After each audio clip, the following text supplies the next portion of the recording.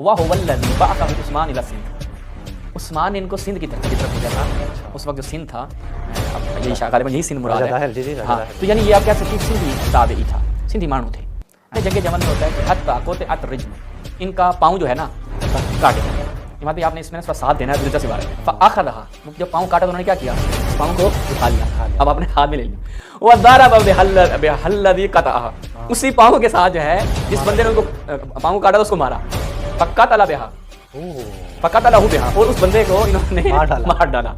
ठीक है। इस्तिआफ़ फ़ी मारिफ़तिल असहाब इब्न अब्दुल बर अल मुजल्लदुल अव्वल, इसमें जब हम जाते हैं तो यहाँ पर अब ये किस कैटेगरी में चले जाएंगे। अलबत्ता बाद ने इनको सहाबा में शामिल किया है, क्योंकि सहाबी की तारीफ मुख्तलिफ है हर एक के नज़दीक, लेकिन हद अकल जो एक बात इनके लिए करार पाएगी वो खैरुल कुरून का हिस्सा है, ताबई है। ठीक है। अच्छा, क्या थे ये? काना रजुलन सालिहन लहुद्दीन, भाई एक दीनदार शख्स था, सालेह शख्स था, मुताअन फ़ी कौमिही।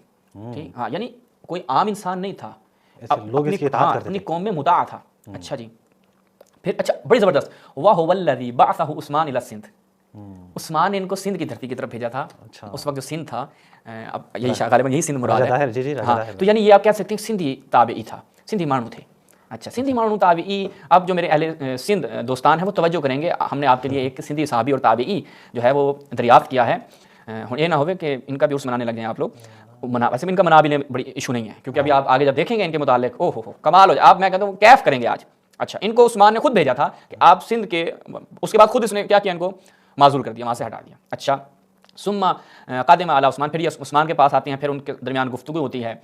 अच्छा, आगे क्या कहते हैं, सुम्मा काना हुकैम बिन जबला हादा मिम्मन यईब उस्मान, फिर यही हकीम बिन या हुकैम बिन जबला होते हैं जो उस्मान के ऊपर ऐब जोई करते हैं, उस्मान की ऐब जोई करते हैं, एतराज़ करते हैं उस्मान के हवाले से। किस वजह से? अब्दुल्ला इब्न आमिर वगैरह मिन उम्मालिही, क्योंकि उस्मान ने अब्दुल्ला बिन आमिर और दीगर ऐसे अफराद को क्या किया था इमाद भाई, वो लगा दिया था कि किसी को फलां जगह भेज दिया, अपनी मन मर्जी उस वक्त चल रही थी, सीटें जो हैं वो ऐसी तकसीम हो रही थी, किसी को हाँ, किसी को वहाँ की दे दी, किसी को यहाँ की दे दी। तो जनाब उस्मान से इस हवाले से जो है वो गुस्सा हो गए थे। कौन? हुकैम बिन जबला। अच्छा, आहा, ये इबारत देखिएगा इमाद भाई, जब ज़ुबैर तलहा आयशा बसरा आए, ठीक है, तो उस्मान बिन हुनैफ क्या थे वहाँ पर उस वक्त, वाली थे, जो उधर के बसरा के वाली थे, जो इमाम अली अलैहिस्सलाम की तरफ से थे, वो उस्मान बिन हुनैफ थे। हुकैम बिन जबला को उस्मान बिन हुनैफ जो है वो भेजते हैं 700 अफराद के साथ, जिनमें से उनका नाम भी आ गया, बसरा के करीब।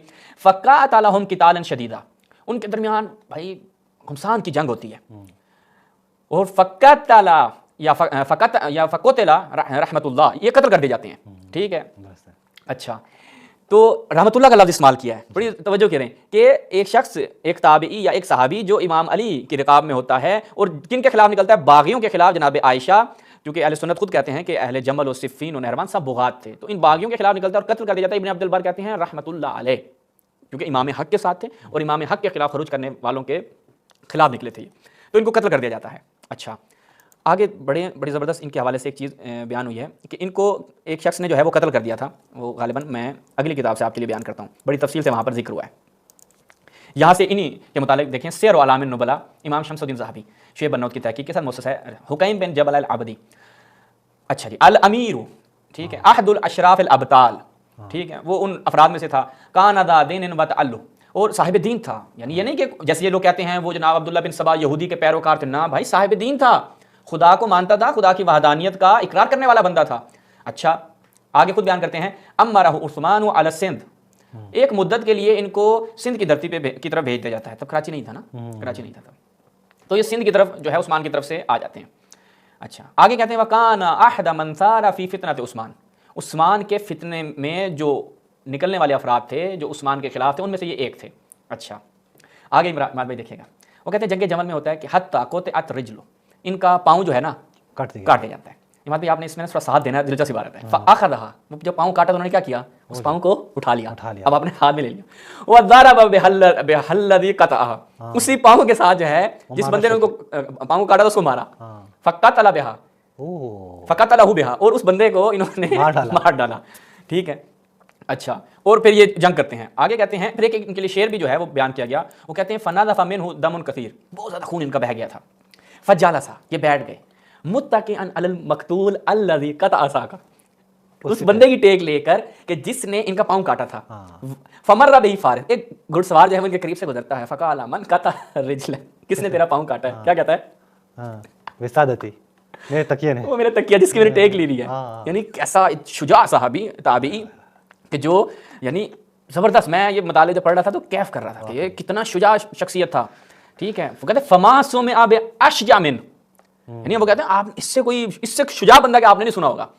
ٹھیک ہے, کہ جس بندے نے ان کا پاؤں کاٹا اس پاؤں کو اٹھا لیا اپنے پاؤں کو, اس بندے کو جس نے پاؤں کاٹا تھا اس کو مار دیتے ہیں اور پھر جنگ لڑتے ہیں. ٹھیک ہے, وہ کہتے ہیں ثم شد علیہ فقتلہ.